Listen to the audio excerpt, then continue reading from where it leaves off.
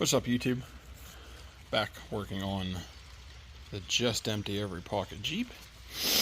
So I did this job last night once, and I used a crappy sensor, like a super cheap aftermarket. If you read about these things, they get real picky about sensors and what brand you use and blah blah blah.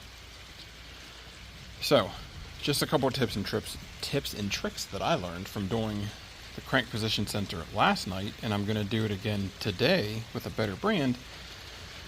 Maybe it'll save you some time and frustration.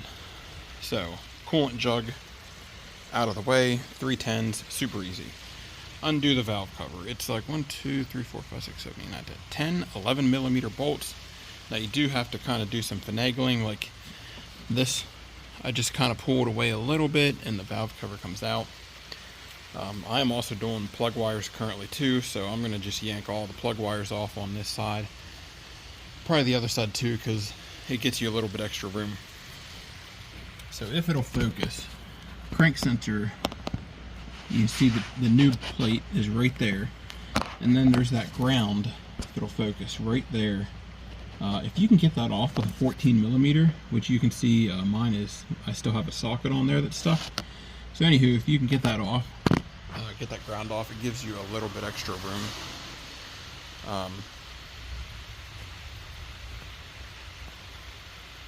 Yeah, so take those things off, and I come from the front, and I'll reach one hand down and back through here, and then my right hand, I'm kind of coming in from this way. And I'm telling you, if you do that, it doesn't make this job super easy, but just having that valve cover out of the way frees up a decent amount of room. Now, of course, you take the risk of dropping some junk down in there, but if you want to cover it up with a paper towel, you still get plenty of room at the back of the head.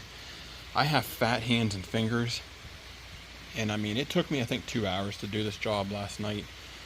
There were some issues that were my fault, whatever. Also, let me find my socket here. So this is it is, you can use a socket, like, a hex socket, and I want to say it's a 12 or 13, I can't remember, but a T40, you can use an Allen, and an Allen probably works better, but I didn't have the right size. So a T40 fits in the head of the bolt nice. I'll show you the bolt when I get one out. Don't put it back in with a socket. I was trying to put them in with a socket and it wouldn't go in straight. It was having issues. Well, here it's because I guess the head of the socket wasn't allowing the bolt to sit flush because there's just not enough room for the socket, and it wasn't letting the bolt go in. Lesson learned. So anyway, I have all this crap removed. I'm going to unbolt the crank position sensor, pull it out, and then we'll put the new one in, and whenever I get those bolts out, I'll show you what they look like. Alright, so got the old/new crank sensor out, and I want to show you something, but first I'll show you those bolts. So here's what they look like. Focus. So, I mean, you can see so they're supposed to be Allen, but I just don't have that size. I'm going to double check in case I do, or could find it. It doesn't want to focus on this thing. There it goes. So you can see it's an Allen, but it's also a hex bolt. There's just, once you put a socket on there, there's just not enough room to get it in. So let me look at the time.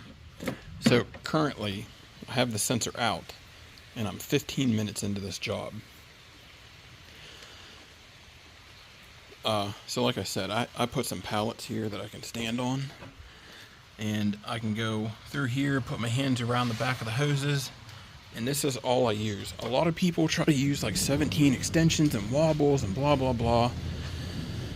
Well, my socket fell to the floor, so let me grab it. Okay, so I'm using, of course, the T40, and then since the T40 is a 3/8, I have a 3/8 to a 1/4 inch adapter, and then I have a, I don't know, 4-inch long, 1/4 inch, well, I have a 1/4 inch ratchet and then a 1/4 inch extension with a wobble bit, or that's a wobble extension. That's all I'm using to get both of these bolts. I see a lot of people that have like 6 or 7 extensions, and then they have like those universal joints and all that kind of stuff. You don't need it. If you can, even if you can find something else to kind of give you a little bit extra height in the front to get those bolts, it's a crappy job, don't get me wrong. And of course, like valve covers, you might as well do at least this side valve cover when you have it off. The valve covers are cheap enough. So yeah, I'm gonna go ahead and put this new, what I wanted to show you. Hopefully it shows up on camera. So this is the new one. It's an NTK brand that's gonna go in. This is the old one, an Auto Technica or whatever brand. So let me see if I can get these lined up.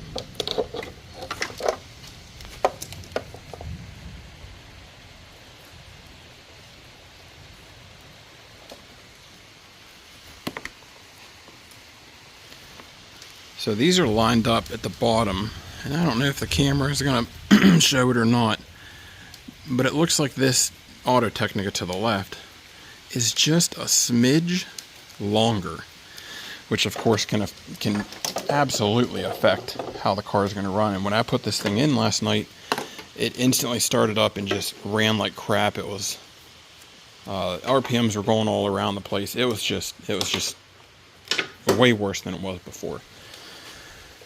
So now I have an NTK brand one. This was supposedly the OEM manufacturer for a lot of the sensors for Mopar. So I'm going to go ahead and throw this in.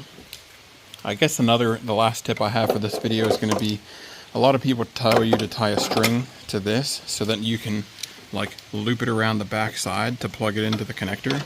All I did was take 2 zip ties and make a long like leash, I guess you could say, out of it.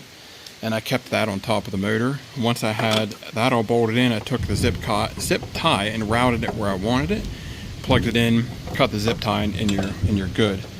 So that was, you can hear the thunder outside. It's currently raining, but now I got this stuck. So that's my last tip for doing this job.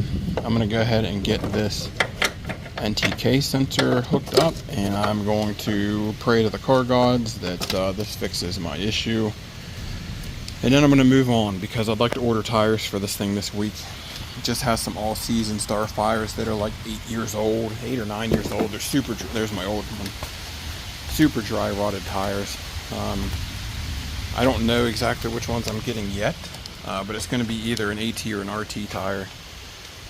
That's to be determined. But anyway, hope you guys have good luck on this, changing your crank sensors and getting these pieces of crap back and running again. Till next time.